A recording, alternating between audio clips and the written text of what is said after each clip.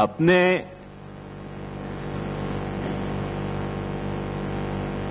जो भक्ति जा बात को सहन नहीं कर पावे, वो तो मैंने आपको कल बताई कि दंभ के साथ भक्ति को थोड़ा बाप मारे को बैर है कि जो बकासुर आ जाए ना अपने यहां, वो बहुत खतरा है।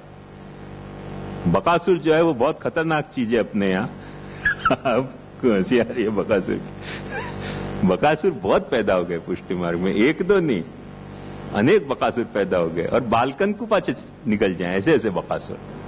ये एक भगवत लीला है पाछे। तो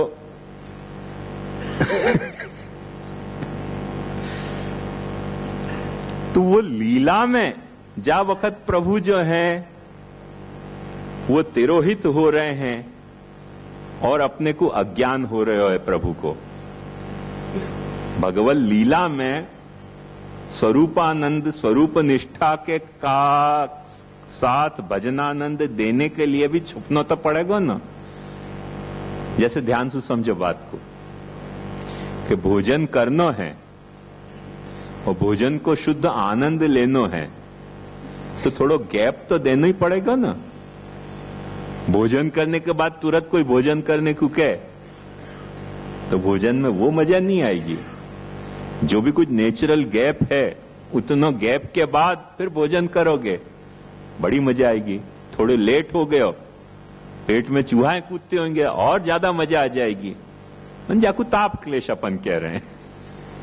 पानी पीते ही रहे हो, पीते ही जा रहे हो और भी पानी पी लियो तो डिमिनिशिंग यूटिलिटी हो जाएगी।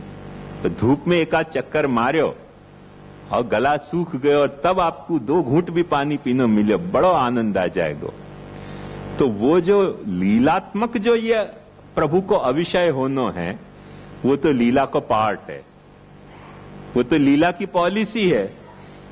लीला को नेचर ही ऐसा है कि कभी विषय कभी अविषय, और वो अविषय होने के कारण श्री महाप्रभु जी ने यह बात बताई कि प्रभु को जो स्वरूप है वो नटवर रूप है, मतलब संयोग में भी वो रस रूप है और विप्रयोग में भी रस रूप है।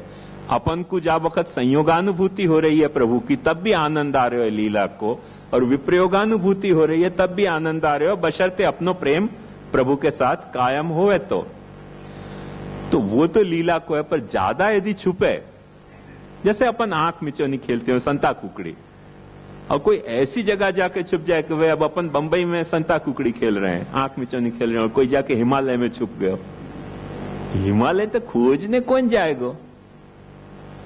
कोई इतनी दौड़ा दौड़ी कर सकते हो भाई, अभी की आंख मिचौनी खेल रहे हो, चलो हिमालय भी अपन चक्कर मार के खोज जाए कि हैं कि नहीं, कहां छुपे पे खोज निकालें। तो इतनी जामे सामर्थ्य होए वाके सामने तो या तरह से छुपो तो वो आंख मिचौनी कहवाएगी। पर जाकि हिमालय जाने की सामर्थ्य नहीं होए, निस्साधनता जामे होए, वाके सामने यदि कोई बंबई में आंख मिचौनी खेल रहे हैं और हिमालय में जाके छुप जाए कोई, क्यों? कि तुम्हारे पे दाव आया है खोजने को और हम छुप गए हिमालय में जाके, अब खोजो। तो ये आंख मिचौनी के रूल को भंग हो गया। ये बात समझ में आई आपको? जैसे क्रिकेट अपन खेले ना, तो क्रिकेट खेलें तो वहां में रन को कोई 1-2 पॉइंट निर्धारित है ना कि या के बीच में रन करना। अब समझो एक आध बॉल को फटका मारियो ऐसो कि समुद्र में पड़ गई और आदमी दौड़ना शुरू की और दौड़ते दौड़ते इतना दौड़ गयो कि पता ही नहीं चलो कि कहां गयो, तो रन कहवाएगो? कितने रन मानने वाकू? दौड़े दौड़े ऐसे हो वो क्या, आप तो ब्रेबरोन स्टेडियम नहीं रहे हो, कौन सा स्टेडियम हो गया? हाँ, वानखेड़े स्टेडियम। तो वानखेड़े स्टेडियम से ऐसा दौड़े हो कि वन तक जाके छुप गए हो। अपन क्या अभी क्या चल रहे हो? बोले रन चल रहे हो, अभी दौड़ ही रहे हो। कितने रन मानने हो? 4 मानने, 6 मानने, 24 मानने, जब तक नहीं आया तब तक रन ही मानना, दौड़ रहे हो। वो तो मिल्खा सिंह की बात हो गई ना। ऐसे कहें मिल्खा सिंह के घर में चोर आए हो, सच्ची बात नहीं है, खोटी बात है। तो मिल्खा सिंह के घर में चोर आए हो तो मिल्खा सिंह की नींद उड़ गई, तो अन्य के अरे कौन है? तो बेचारो चोर डर के भाग्यो, तो चोर डर के भाग्यो तो मिल्खा सिंह भी भाग्यो। तो बहुत दूर जाके कोई ने पूछे भाई क्या बात है, सुबह सुबह दौड़ रहे हो? बोले क्या कहें पापा, चोर आ गया था, पापे चोर आ गया था। उनकी कहां है चोर? और 3-4-5 मील छोड़ के आया पीछे। इतो दौड़ो। तो ऐसे जो दौड़ा दौड़ शुरू कर दे आदमी, तो वो दौड़ा दौड़ खेल नहीं कहवावे, वो तो कुछ उटपटांगी बात हो गई कि नहीं। तो प्रभु भी यदि संप्रति अविषय हो रहे हो प्रभु को महात्म्य, एक बात ध्यान से समझो, तो कितना अविषय होना चाहिए, वाकी एक रीजनेबिलिटी वाकी होनी चाहिए। वही इतना अविषय होवे तब तक तो वो लीला कहवाएगी, और वासु ज्यादा अविषय होवे, जैसे बच्चा भी जो है ना, वो पढ़ते वक्त 5 साल नहीं पढ़े, 10 साल नहीं पढ़े, 15 साल नहीं पढ़े, तो अपन क्या, हाँ चलो बालक है, वो पढ़े ही नहीं तो फिर अपन बालक नहीं माने, फिर वाको फिर गिलेंडर माने अपन। तो ऐसे हर चीज की कोई एक रीजनेबल पीरियड है कि जहां रीजनेबल पीरियड में वो चीज लीलात्मक हो जाए, और वह रीजनेबल पीरियड सु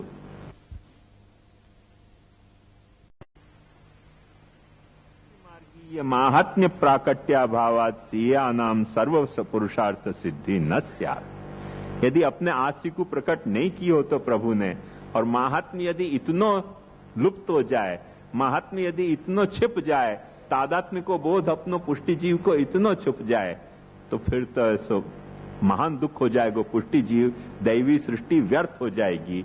ये बात समझ के चलो। ये श्री गोकुलनाथ जी ने कही।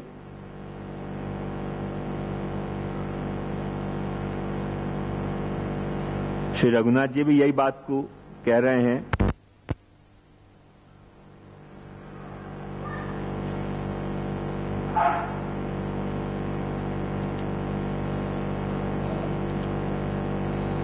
हरिराय जी एक बात बहुत सुंदर यहां प्रकट कर रहे हैं।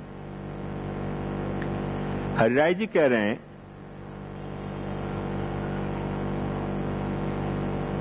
कि कलिकाल तमश्चन्न दृष्टित्वाद विदुषामपि संप्रत्यविषयस्तस्य माहात्म्यम समभूत भुवि। तो अपने महात्म्य को प्रकट करने के लिए अपने मुखारविंद को प्रभु ने मनुष्य रूप से प्रकट किया, मानुष रूप में प्रकट किया। कि मानुष रूप में क्यों प्रकट किया? एक दिन आकाश में ऐसा खुद को मुखारविंद प्रकट कर देते, आकाश में मुखारविंद प्रकट कर देते, आकाश में सुई जो है वो वाणी भी प्रकट कर देते, जैसे पुराने जमाना में आकाशवाणी होती थी वैसे। तो भाई सब पुष्टि मार्गी हो तुम, स्वरूप निष्ठ हो जाओ और भजन आनंद लो। पर ध्यान से समझो कि यदि आज भी ऐसी आकाशवाणी प्रकट हो जाए ना, तो भजनानंद की बात दूर पाची, कल जो मैंने बताई ना कि नरसिंह जी प्रकट हो जाए तो अपन सब भग जाएं, सब डर जाएंगे। वहां में वो तादात्म्य अपने को नहीं पैदा होएगा, वह तरीके की वाणी में, वह तरीके के उपदेश में, जा तरीके को वाणी और आस्य के प्राकट्य पूर्वक खुद सेवा करके और अपने को सेवा, आप सेवा करी सीखवे श्री हरि, भक्ति पक्ष वैभव सुदृढ़ की दो। तो प्रभु स्वयं प्रकट होके सेवा परायणता अपनी अखंड निभा के, और अपने को मनुष्य के रूप में क्यों? क्योंकि कोई दैवी रूप में यदि आपने सेवा निभाई तो अपन बहुत गिलिंडर है, अपन यहां तुरंत बहाना काट लेंगे कि वो तो बड़े बड़े इनकी सामर्थ्य, अपन से कहां सेवा हो सके, वो तो आचार्य चरण की सामर्थ्य थी। अब जैसे वहां अपने वार्ता में आवे ना कि सेवा तो बाप बेटा कर गए, तो सेवा बाप बेटा कर गए। श्री गोकुलनाथ जी ने कही कि अच्छा तो ये तो लकीर पीट रहे, उन्होंने कही लकीर पीटने को उत्सव मनाओ, कि बाप बेटा ने जैसे सेवा करी वहां की लकीर तो हम पीट रहे हैं, या को उत्सव मनाया जाएगा।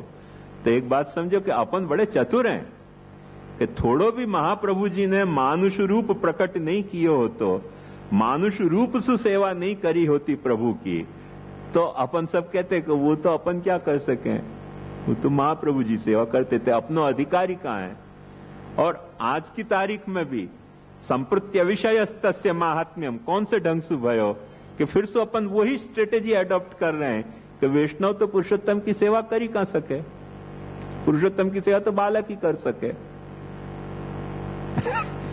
देखो कैसी स्ट्रेटेजी है। मनुष्य बहुत चतुर है, बहुत चतुर है मनुष्य, कि वो तुरंत छटक बारी खोज निकाले कि पुरुषोत्तम की सेवा तो बालकन को एक अधिकार है, अपने यहाँ तो पुरुषोत्तम विराजे ही नहीं, अपन सेवा ही नहीं कर सके।